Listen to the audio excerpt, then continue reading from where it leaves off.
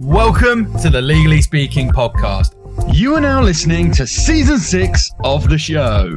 I'm your host, Rob Hanna. This week, I'm absolutely delighted to be joined by the wonderful Dr. Sally Penni, MBE, barrister at law, doctor of laws, author, and speaker.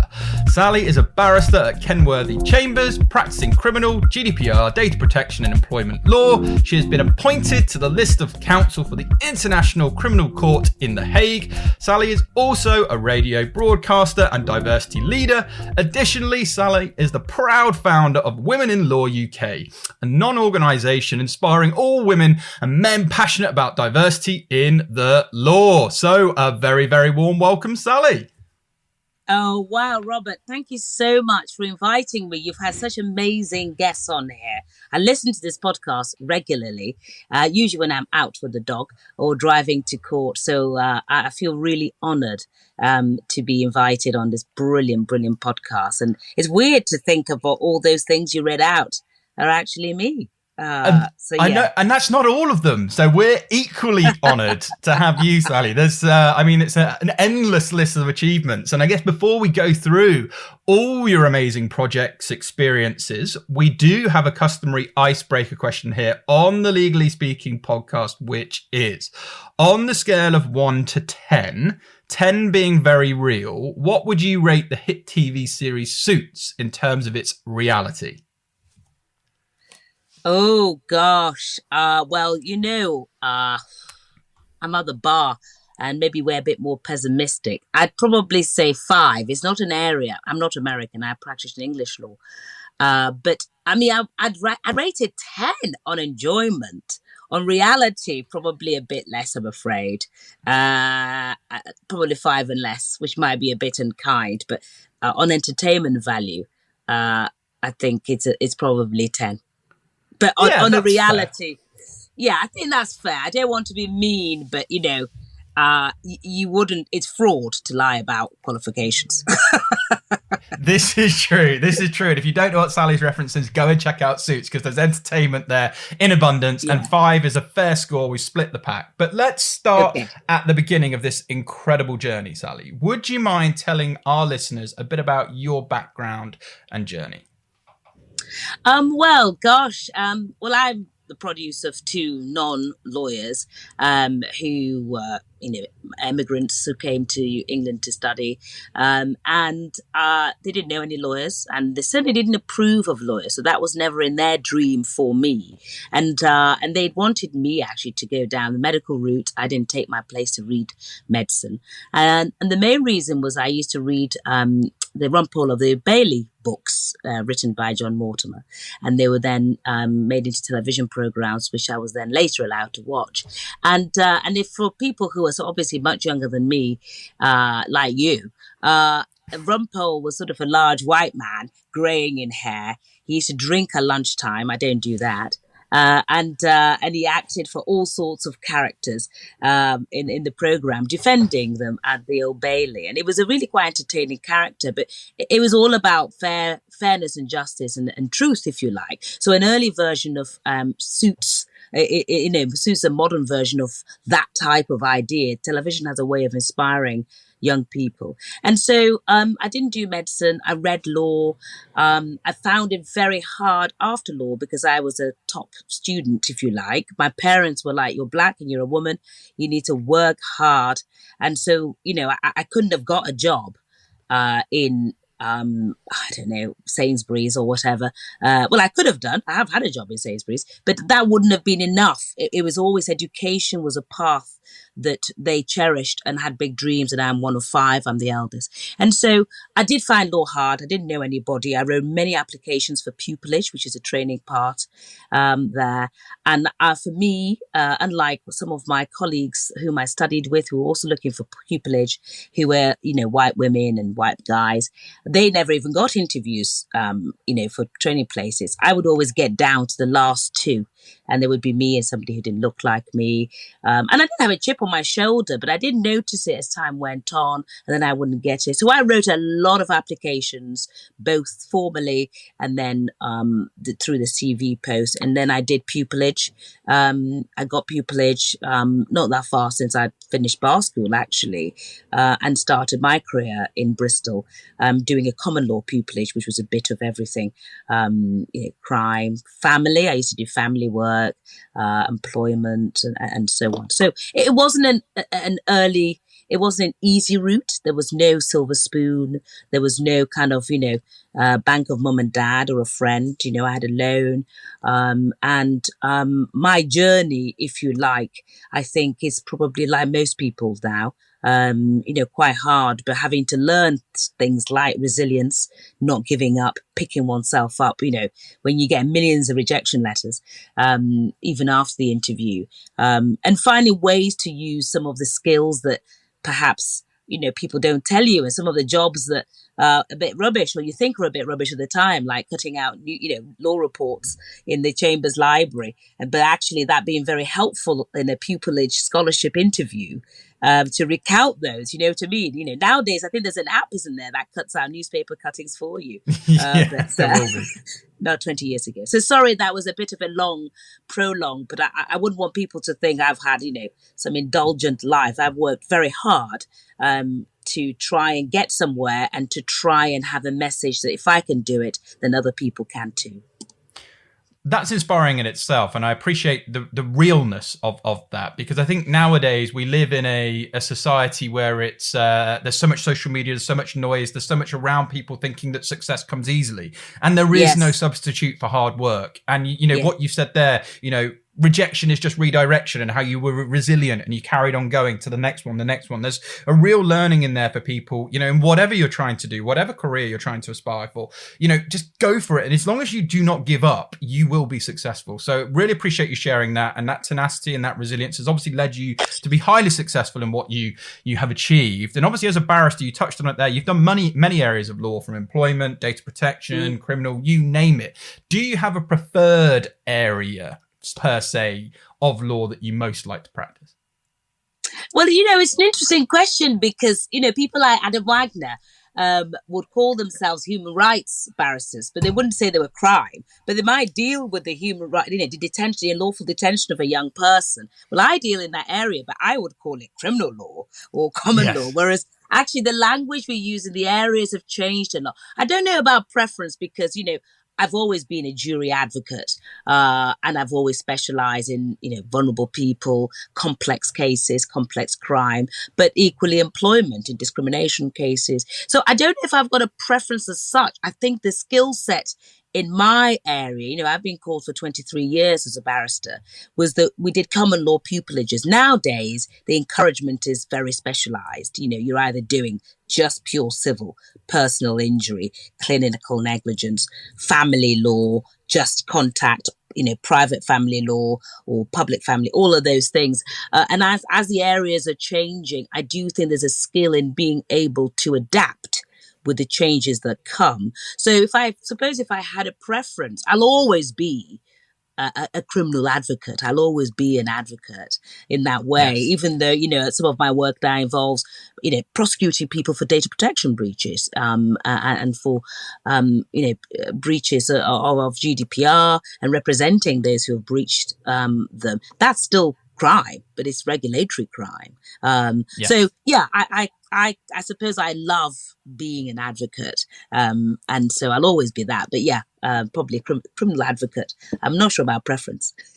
Yeah, well, I think again you gave so many little nuggets there within that, and I can just hear the passion in your voice for what you do, which is lovely to hear. So a two-part question: what does a typical day of a barrister look like, and then what does a typical day look like for Sally, given you're involved in so many things? So let's go for point number one: a typical day for a barrister. Well, a typical day for a barrister, so let's say whether it's for a criminal barrister, maybe I'll say an employment barrister, but generally arriving at court very early. I was always taught that by my brilliant pupil master. He used to say, get somewhere early, find a hotel and order a pot of tea. And I'm like, what, at 7 o'clock in the morning? But I don't quite do that because I've got children. But ideally, I would have dropped off my children at school. My husband's not a stay-at-home husband, so I'm in a relationship where we're both equal with our jobs.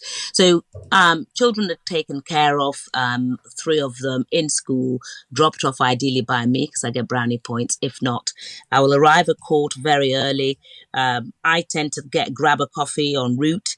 I would have prepared my papers the night before, if not beforehand, get to court early, robing room, get robed, and then reread the case I've got and prepared. If I'm lucky and it's a good day, I would be reading a copy of newspaper in the robing rooms, if they're still there, depending on where I am. Often barristers have to travel to different destinations. The introduction of the common platform, which is CVP, and using the technology was working, but it's sort of been redacted somewhat in different jurisdictions, certainly in mine. So it's physical court work. And then if I'm conducting a trial, I would then be waiting, if I'm prosecuting, to go to see if the witnesses are there, introduce myself. Hello, I'm Miss Penny, whatever, with my instructing solicitor or caseworker there. And then court would normally start about 10 o'clock or 10:30. And then I would open a case. If it's a trial, we'll panel a jury. The judge would be discussion about the areas of law. And then I would open the case and then start calling witnesses. That would run till 1 o'clock, which is lunchtime. And the court will start again at 2 o'clock or 2:15. Then we would then sit after 2 o'clock, 2:15 until about 5 o'clock. And that will be the end of the court day. If I'm defending, then there's a lot more time spent with the client, going through their case. Sometimes clients are not the best people in keeping appointments. And so I would be going over the proof of evidence, preparing them for what the court room would look like, what questions might come. But just briefly, because a lot of ordinary people have not been to court before. And if I may, so that they get a feel of what the courtroom might be like, maybe a sneaky preview to have a look through where the judge would sit, where the jury might sit, where they will be in the dock, and so on. And then they would remain in their court. At lunchtime, I would have a coffee. Sometimes I'm not very good at eating. Whilst I'm in a trial, I might just grab a coffee with my solicitor if I've got one there. Or my new thing I've been trying to do since lockdown is just leave the court physically and go walk around the court building there. If it's an employment case, it's a bit different. So it might be against counsel who's from out of town and trying to work out what witnesses really are relevant, and whether the case is prone for settlement, or any areas that we can agree on or disagree on. And then again, the case would start from 10, stop for lunch, and then restart. So far as your second question about what the day is like for me, is that because I have a family and because I have family commitments, actually the coffee breaks and so on, I'm not really sitting around chatting. I am often on the phone, whether it's arranging hospital appointments or a food shop or whatever else, in between. And then we get called back on. So that's what I tend to do. But these days, I tend to do a trial, then maybe have a week off. And then the week off would be preparing for whether it's board meetings or some of the other roles that I have, or school governor roles, and so on. So I don't tend to do trial after trial after trial after trial anymore, which is what I used to do.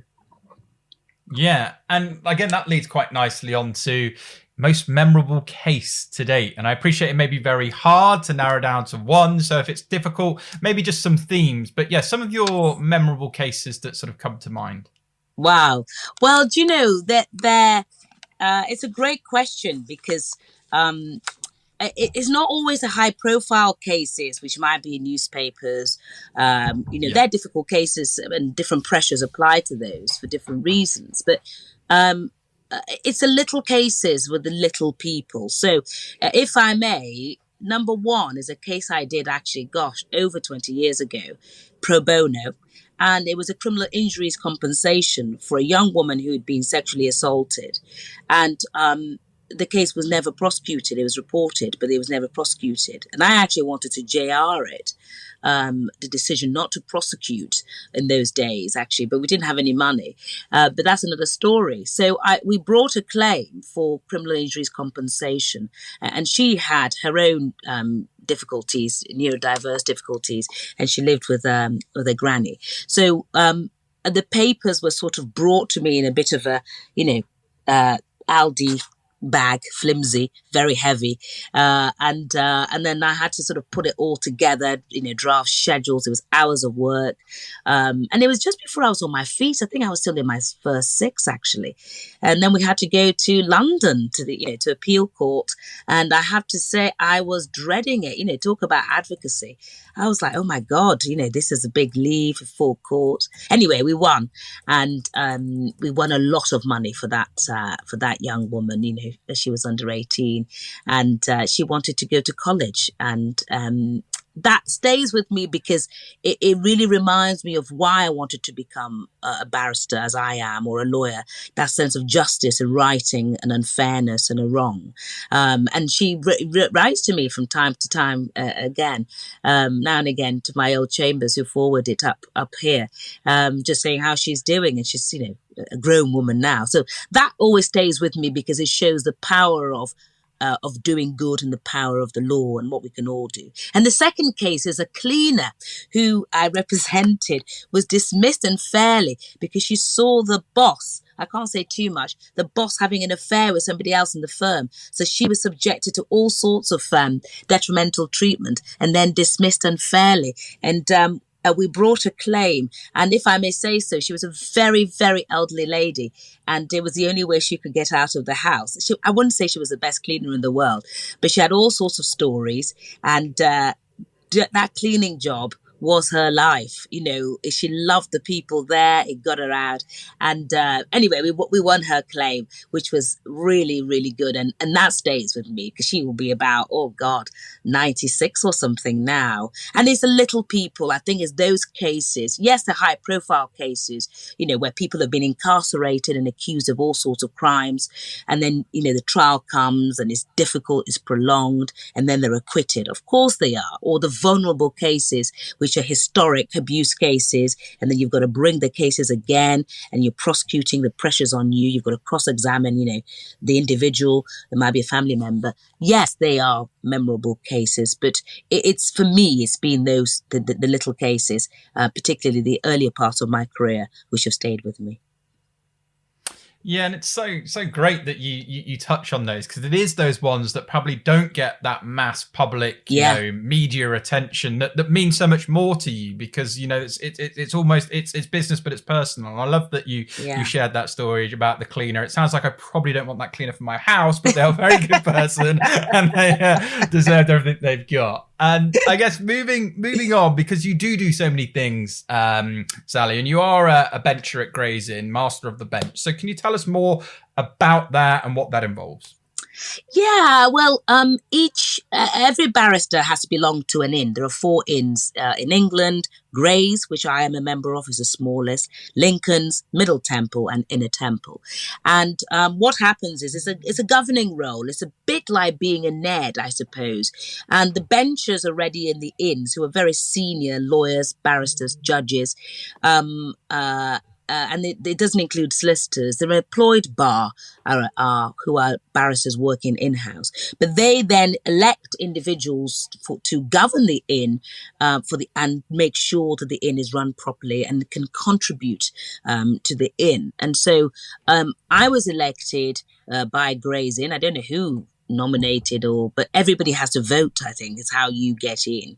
And I was quite shocked because I'm relatively young, but and so I did have, imposter syndrome hugely, because especially 𝐥𝐬𝐬𝐬𝐻 has some mighty benchers. The notorious Ruth Bader Ginsburg was an honorary bencher of 𝐥𝐬𝐬𝐬𝐻. Lady Hale is a bencher of Gray's Inn. There's a huge amount, Kirsty Brimlow, really big brains in Britain. So it was an honour. And then, of course, you have to accept. And I did think, crikey, what do they want me for? And so that role actually involves being involved in the educational part of the inn as well, teaching advocacy, being involved in sort of the decisions of the inn, how to make the inn more egalitarian, showcasing that the inn and the profession is inclusive and diverse. And so I've been involved in those aspects of it, and also just ensuring that the tomorrow's leaders, when they look at the leaders that there are, that we're representative, that you do see women, and you do see people from all sorts of backgrounds in leadership positions. So that's been a very interesting role. And actually in the inn, everybody calls you master, even if you're a woman or a man or, whatever, you would be Master Hannah. There's no mistress or miss or anything. It's just everyone's equal. So I'm Master Penni there. Got a good ring to it. I like that. I quite like Master Hannah as well, actually. So one day, who knows? And I guess sticking with diversity, because I know it's something you're very passionate about, and you don't just talk about it, you take action. So you're the very proud founder of Women in the Law UK, where you are championing diversity in the law. So what particularly inspired you to found the organisation, and what would you like members to gain from joining? Oh, thank you. That's such a great question. Wow. Well, firstly, there are so many brilliant other organisations. There's Association of Women Barristers, which I was joint vice chair of. There's Association of Women Solicitors. There's Women in Criminal Law now. There's all sorts of women organisations. But for me at the time, when I had my eldest child, who's now 12, and came back to work, it was a shock because, I didn't have anybody to say, you're going to need a people carrier now, because I went on to have 2 other children. So you have to, dish your small car. And there weren't I felt for me, the skills that I was good at, the advocacy, the drafting, particulars, all of those kind of lawyer skills, fine. I did feel like, oh my God, do I know what I'm doing? Because you've had a baby, you've been on maternity leave, right? But the other skills, no one really taught you, like communication, like negotiation, like how not to burn out. And there wasn't anybody really doing that in a way for me that I felt wasn't preachy, wasn't a bit sort of sanctimonious. I just wanted to go to somewhere. Sounds cheesy, but where everyone knows your name, there's no cliques, you can just come and learn. So I was inspired to set that up, really, for women and men, because I think a lot of the issues we cover, and loads of men come to our stuff, are the same. They are things about communication skill, imposter syndrome. How does one become an ally? On what? What is an ally? Some of the broader issues. And I wanted to learn. I'm a sucker for learning constantly. So I set that up so that we could have an informal setting. It started off in an annual dinner, actually, and we'd invite a speaker who would inspire us. And maybe whilst you're at this event, you might think about career progression as well, for example, and then work out how you might become a partner in a law firm, or how you might set up your own law firm. And so there were some of the sort of reasons, really, and because I didn't see a lot of the profession as it is now. It's now wonderfully diverse, with people from all sorts of ethnically diverse backgrounds, but also people from all sorts of technical background, ideologies, different skill set, different routes into the profession. And so that's why I set it up. And I just wanted to learn some of the other skills in business, like resilience. What is resilience, right? How do you have a difficult conversation? We're not taught that, at bar school. I'd be taught negotiation skills, where you end up screaming down the throat of your colleague who you've got on well with, but that's not negotiation. And so I just wanted to maybe create a model that was comfortable, and we could learn stuff like, recruiters. What do recruiters look for when they're looking to place a solicitor in a firm or an in-house firm? What is in-house? Actually, is it better suited for people with families or care responsibilities to become GCs or in-house counsel? And I didn't feel there was a place that was offering some of those. So that's why I set it up. And really, so that tomorrow's leaders have somewhere to learn those in a different sort of way to complement all the existing brilliant organizations that there are, really. So that's what I've been doing, and it's now got 25,000 followers. You can be a member or not. And it's been a wonderful place to also meet trainers and coaches who can assist people down the line who might need those. I always say, remember when Andy Murray was trying to win Wimbledon? Then he got that brilliant coach. His name escapes me now. Whatever that coach gave him, sometimes I think that we all need that. And sometimes for us, whether as women or maybe as ethnically diverse people, sometimes it's confidence. We lack that confidence. And if things like coaches or other people can inspire us to have more confidence, then why not? That's all I'm trying to do. I love that, because I've always said if you could bottle up confidence and give it to people to drink, honestly, this world would be incredible. It would just that hidden talent to encourage those people to come out with and exhaust their talents would be phenomenal. So who knows? We'll try and put our brains together and make that happen. Time for a quick break from the show. You wouldn't leave a potential client waiting in your office for 3 days. But what about when it comes to returning potential clients' phone calls, emails, or even web inquiries?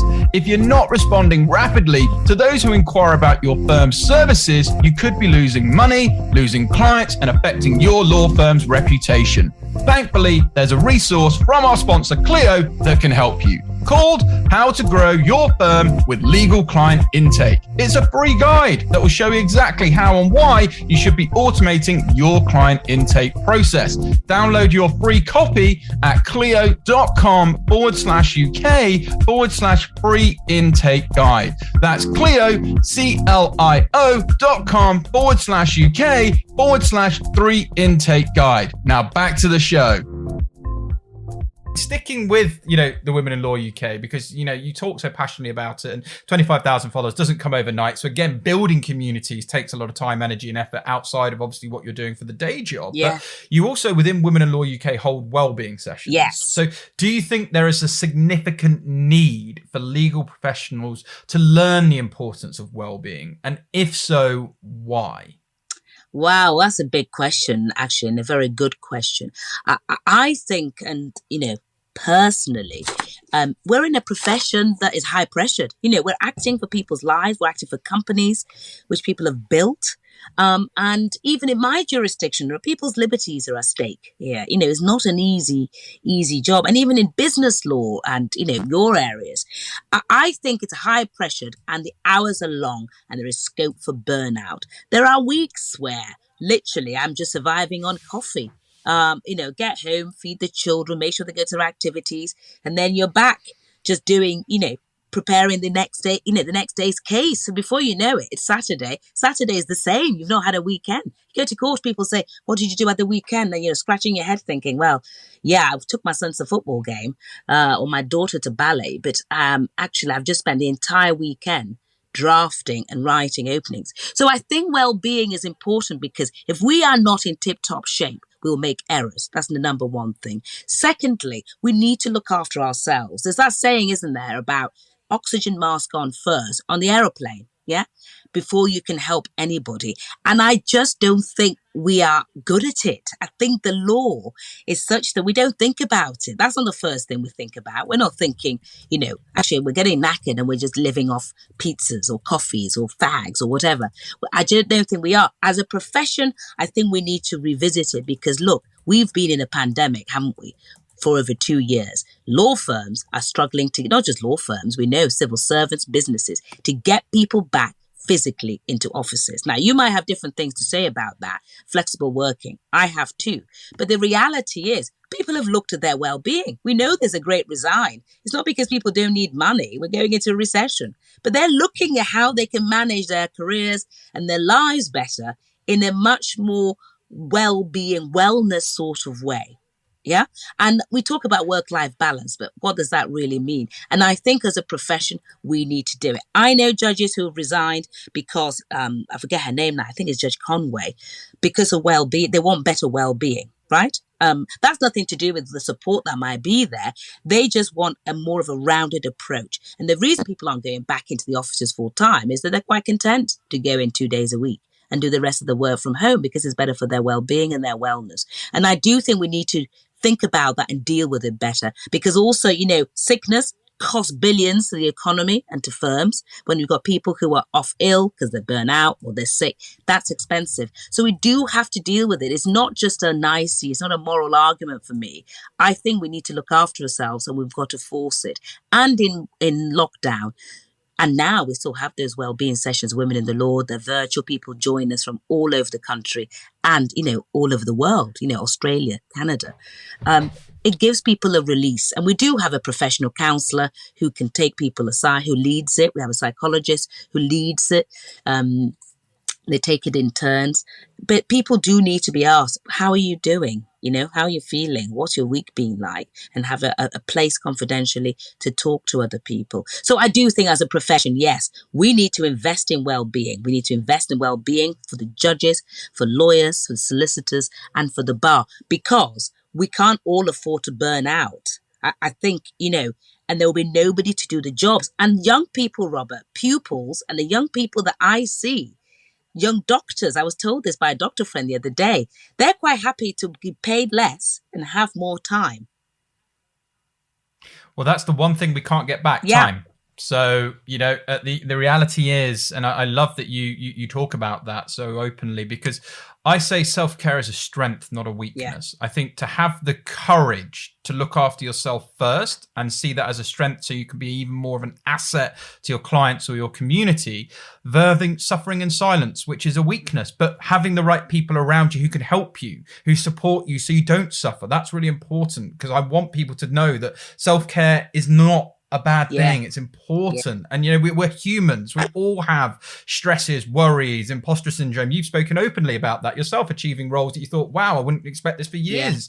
And so it's so important that we have thought leaders like you that come on, who speak openly and also say, this is important. This is not a tick in the box. This is important, because we don't want burnout. And people spend a lot of time, a lot of money, a lot of sacrifice to get into these roles, and we want them to enjoy it. So really appreciate you sharing that, and it's just a testament to you as an individual and your values. And I guess sticking with successes, in 2021, a little birdie told me you were recognized in the Queen's Birthday Honours for your services to diversity in the workplace, social mobility, and the law.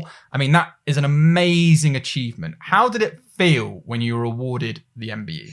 Oh gosh, well, successes. Well, firstly, actually, because it's all very secretive, and I don't think we're at liberty to discuss how it all happens. I don't know how it happened. I just got an email because it was in lockdown, so it was in 2020. Then you can't tell anyone. You're not even your mum, and then that's it. So you just forget about it. And then it's announced, and then people were like email me saying, "You're in the Times. And I'm like, yeah. Thank you, because you don't know when it's going to come out. So the short answer is I was absolutely thrilled, but shocked. Totally no idea who nominated me, where it came from or whatever. But the small part of me was just that I was so pleased that it meant that some of the work that I've been doing for young people, speaking in schools and saying, anyone can be a lawyer. The lawyer the law is a tool we can use, was a good thing. And maybe it inspired others to think about careers in law, different types of law, not just the areas that maybe I prefer or enjoy.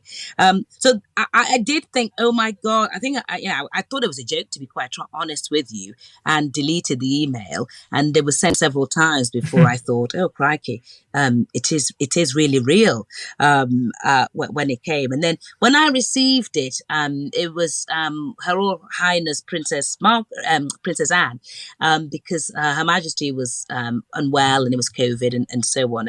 And I was so nervous, and even waiting to get in, I was sweating.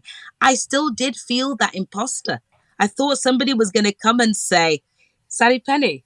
And and weirdly, it was before I wrote any of my books even. So, and in the palace, when you walk in, people just say to you, congratulations congratulations. And you think, but you don't know me. You don't know what I've done. So it was an honor. And Princess Anne was wonderful. You know, she's a hardworking royal, and was asking about what inspired me. And, you know, we had a little laugh. And I was so nervous. You know, I think I was more nervous than my call night, actually, all those years ago. But it was lovely. And it was lovely for my family, because when you have to give more than just a day job to try and better, you know, the future for others, there come sacrifices. You know, I am working late at night to finish my books. I am getting up really early to prepare my cases. I am traveling to speak at Warwick University, or, you know, going to Oxford to talk to young women about not dropping out, or whatever.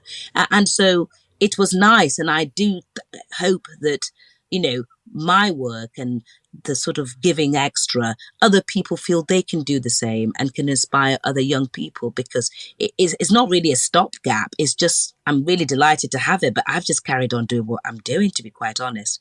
And I never expected anything for it. And, you know, it really pleases me when people text and say, DM, and I've got, you know, I listened to this, or I read this, or I heard you speak of this, and now I'm a lawyer. I think, oh my God, you know, somebody who was 14 and did bar mock trials has now become a barrister. I think, wow, well done, and keep going. So it was a great honor, but I've just tried to carry on, and I was totally shocked. Well, I don't think I'm shocked. I think you've thoroughly deserved it. You earned your absolute right to be at the table, and congratulations from all of us on the show. I think it's an amazing achievement, and sow seeds, do good deeds, good things happen. And you did touch on, and we have to, because you are multi-talented, your book, or books, plural, I should say, you are the author of several books now. So can you tell us more about your books, and why are you keen to share your knowledge through writing? Well, thank you, Robert. Well, do you know, my legal books were about cybersecurity, because particularly at that time, people were finding it hard to work out how the GDPR worked, and, you know, the old Data Protection Act, as it was prior to GDPR, came in. That was sort of my first book for Bloomsbury. But I mean, I'm keen to write about law firstly, because I wanted to make law more accessible for people. And in times like the pandemic, or, you know, when people are sort of at their darkest hours, facing unemployment, pregnant, not knowing their rights, you know, they're asking for reasonable adjustments or keeping in touch days and whatever. And sometimes the employers themselves are not au fait with it.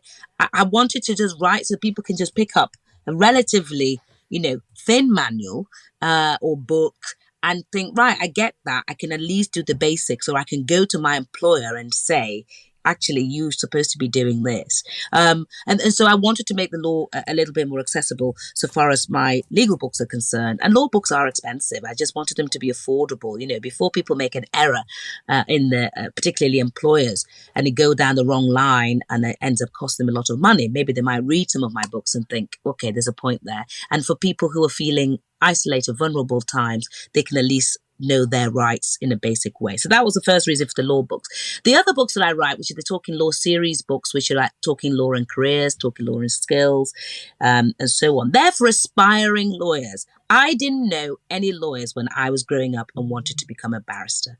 And I just felt that if I knew some or read about the stories of some, it would really help me, what they might have done, how they got to where they were, then it would help. So I started writing that series of books, and the money from those books go to charity. So I hope you don't mind me talking about them.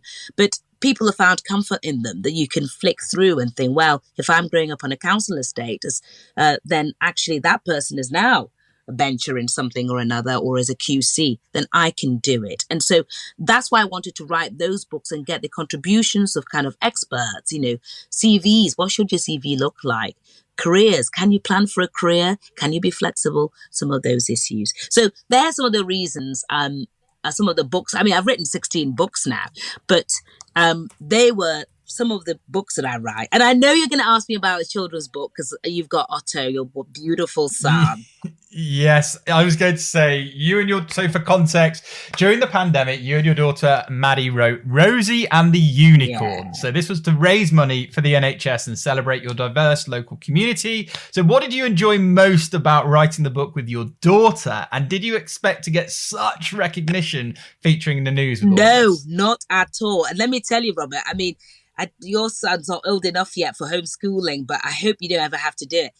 In the pandemic, it was difficult, trying to work and homeschool 3 children. And my daughter especially, because, she's not going to sit for hours on end and do any work that I'm setting like her and to be quiet. I'm on a webinar or I'm on with court on DCS.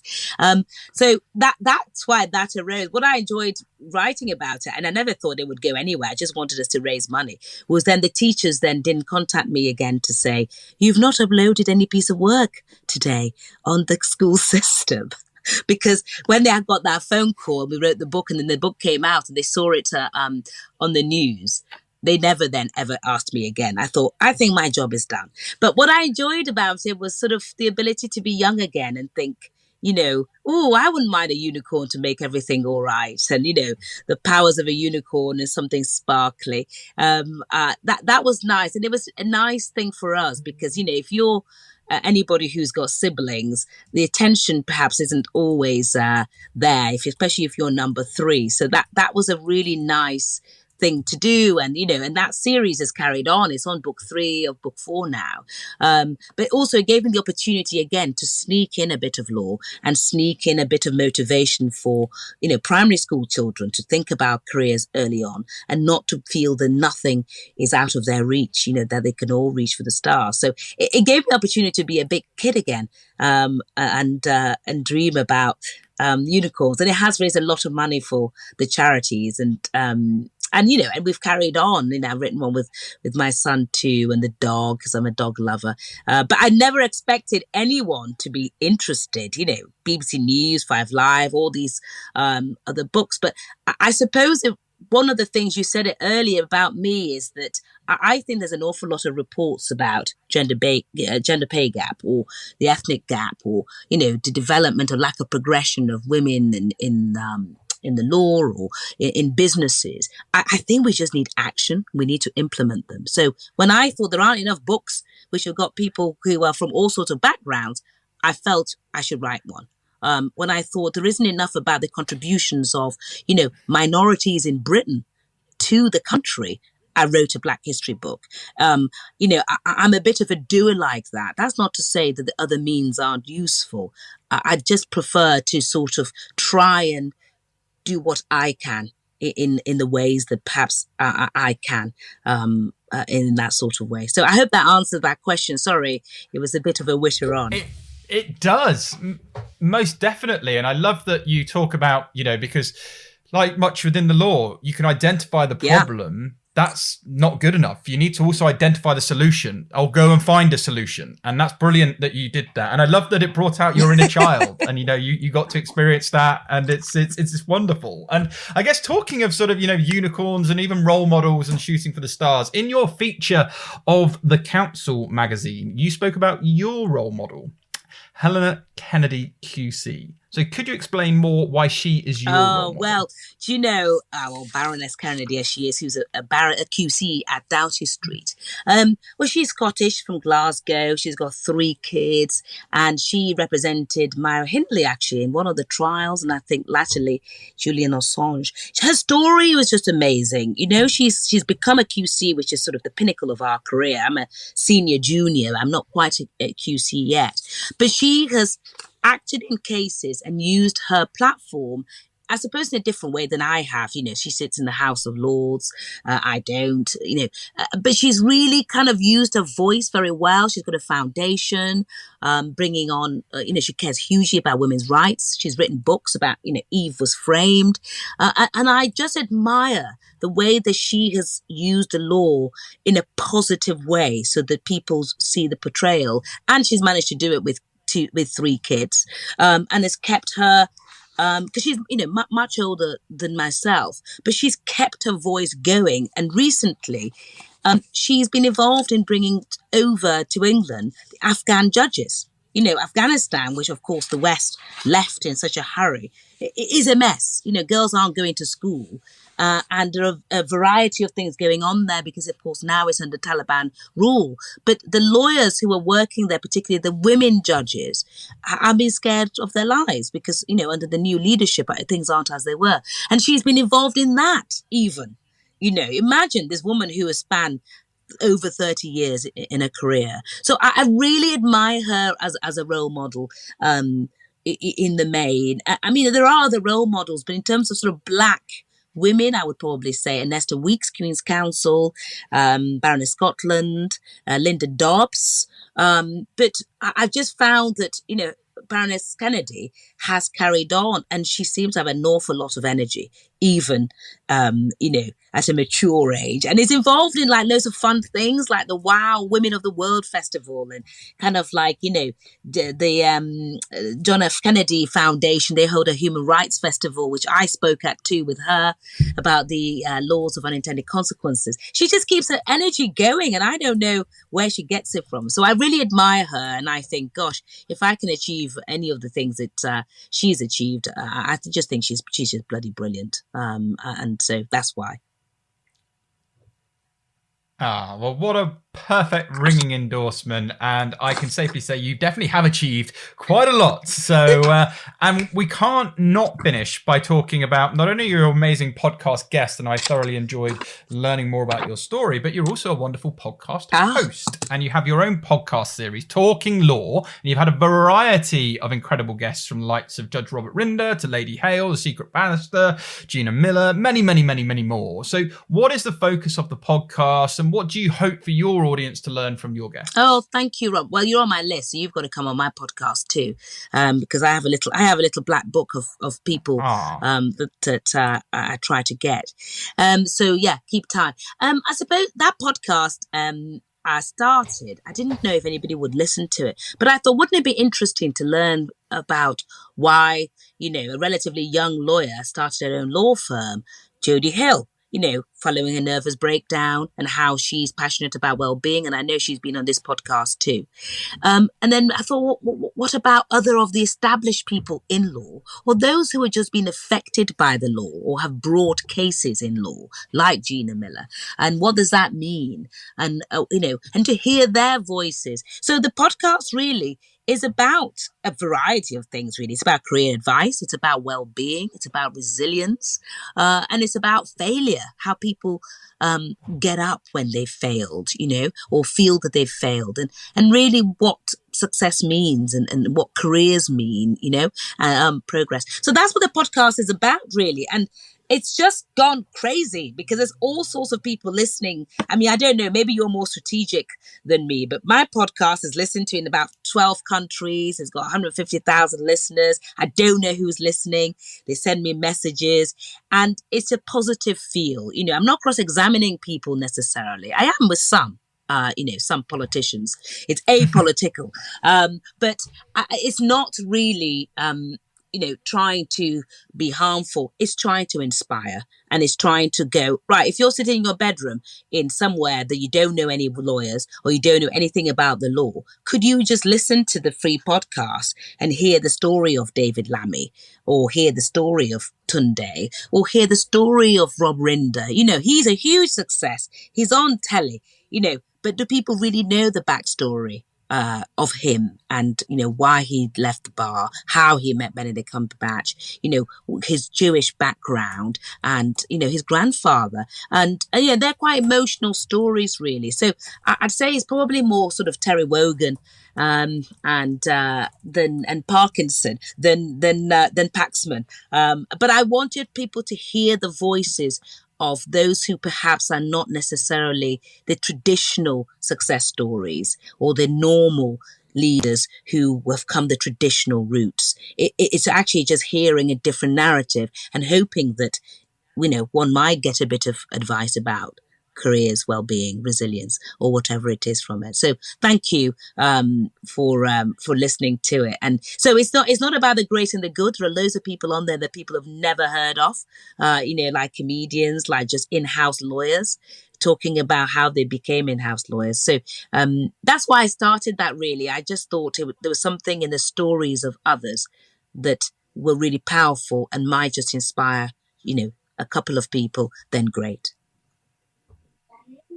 Well, we're all about inspiration on the Legally Speaking podcast, and we fully endorse and say wholeheartedly your podcast is amazing. We'd encourage people to listen to it, check it out, subscribe, download, give it 5 stars. It deserves all of the praise because, folks, like I said before, time is the one thing we can't get back. And Sally dedicating time to bring these incredible voices to you, and diverse voices. It's not just people on the telly, window and understanding their story, but people, it's real diversity, practicing what, Sally is very passionate about by giving everybody a voice. So, and talking of voices, and before we wrap up, we must also talk about your speaking, because you are also a TEDx speaker. So can you tell us more about your speaking engagements and, a little bit more about your overall speaking? Thank you. Well, so I did a TEDx talk in Swansea. I'd never been to Swansea before. It was really nice, the stadium there. And TED, of course, is the platform for sharing ideas. And, anyone could look at TED.com and type in my name to hear my speech.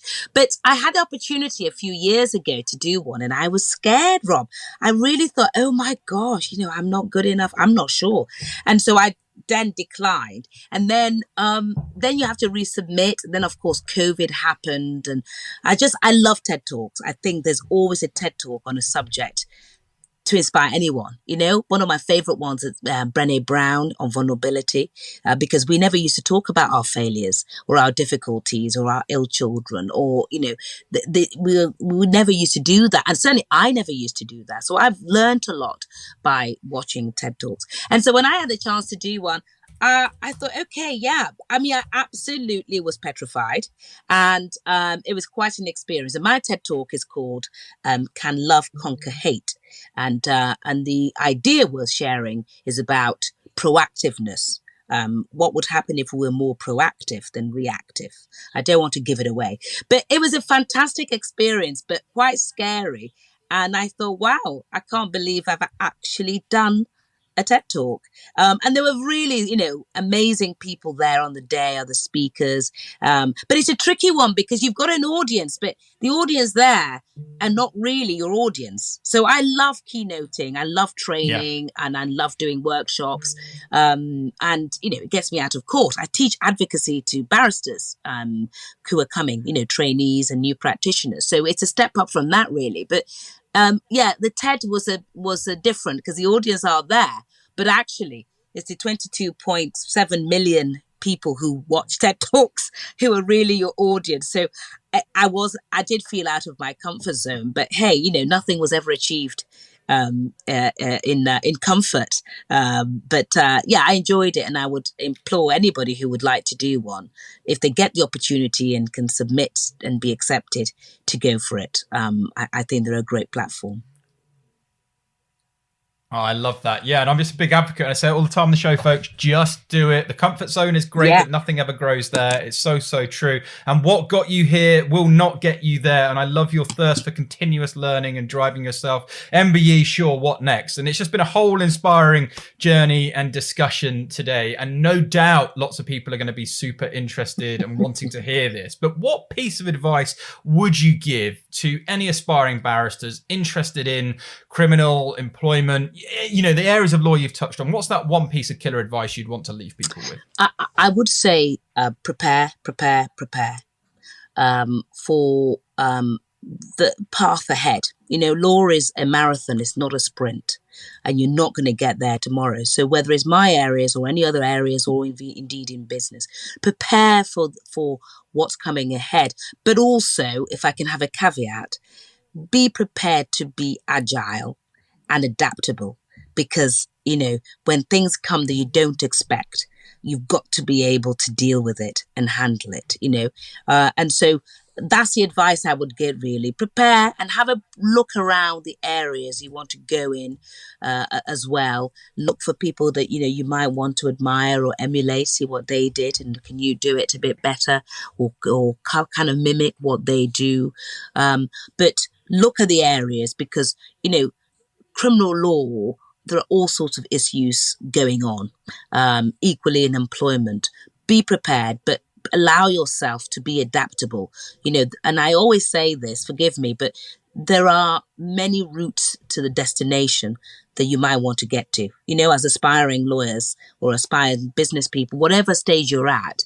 And the motorway is not always the route there. The country route is just as good. It might be scenic, it might take you longer, but you will get there. So I think if you're starting out, and I was giving that advice, those are the things I would say. I'm sorry it's not just one advice, but I do think that sometimes we get so focused, but we need to allow ourselves to adapt to those external factors that come in that we don't expect because we've prepared, but we're not prepared for anything else that might come. And I don't know if you agree, Robert, particularly even in business, those factors that come and you're like, where did that come from? Now I need to, the pandemic, who was planning for that and preparing for it?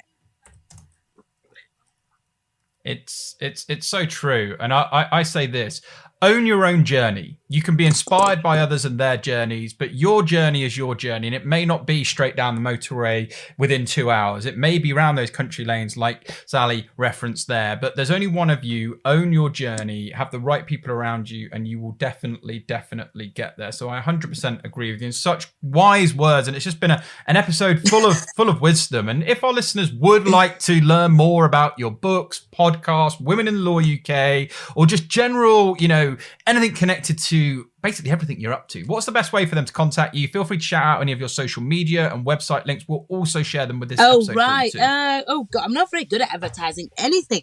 I'm on LinkedIn, so you can always send me a request with a message on LinkedIn. I'm on Twitter at SallyPenny1, so you can follow what I'm doing. Sometimes it's just pictures of my dog, I'm afraid, or a beach. But my books are all on Sally Penny Author, and also womeninthelawuk.com, and Women in the Law UK has a LinkedIn page of its own volition. You can follow there. There are newsletters, annual dinners, and webinars coming up. There's GC conference and all sorts coming up once the legal term reopens. So you can just find out all that information on the LinkedIn page for Women in the Law UK or the website, which is womeninthelawuk.com. Well, thank you ever so much, Sally. It's been an absolute pleasure having you on the show. I feel weird saying wishing you lots of continued success with your career, given what you've already achieved. But from all of us on the Legally Speaking podcast, thanks an absolute million. But for now, over and out. Thank you for listening to this week's episode. If you like the content here, why not check out our world-leading content and collaboration hub, the Legally Speaking Club, over on Discord. Go to our website, www.legallyspeakingpodcast.com, for the link to join our community there. Over and out.